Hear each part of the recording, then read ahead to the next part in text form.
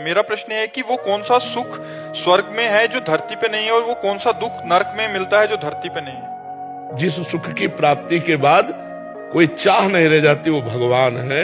स्वर्ग भी एक नकली है, असली नहीं है। स्वर्ग का सुख भी नकली है।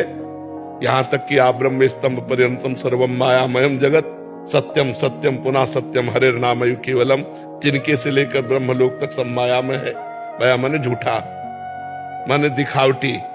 दिखावा कुछ और है और अंदर में अब जैसे पूरा जीवन हो गया हर सुख भोगते हुए, अब आपके पास क्या है? आपसे पूछा जाए कि आपके पास क्या है, तो फिर वही लालसा है, वही कामना है भोगने की, और कुछ चला ही है। तो झूठा ही खेल चल रहा है माया का। तो ना स्वर्ग में कोई सुख है और न मृत्यु लोक में कोई सुख है।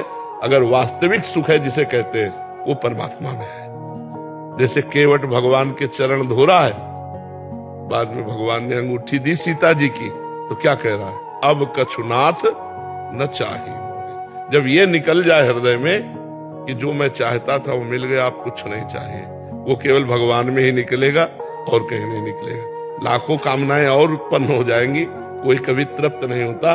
तो न स्वर्ग में सुख है न पृथ्वी में सुख है। सुख है तो भगवान में है, जो आनंद सिंधु सुख राशि। ये पक्की बात समझ ले।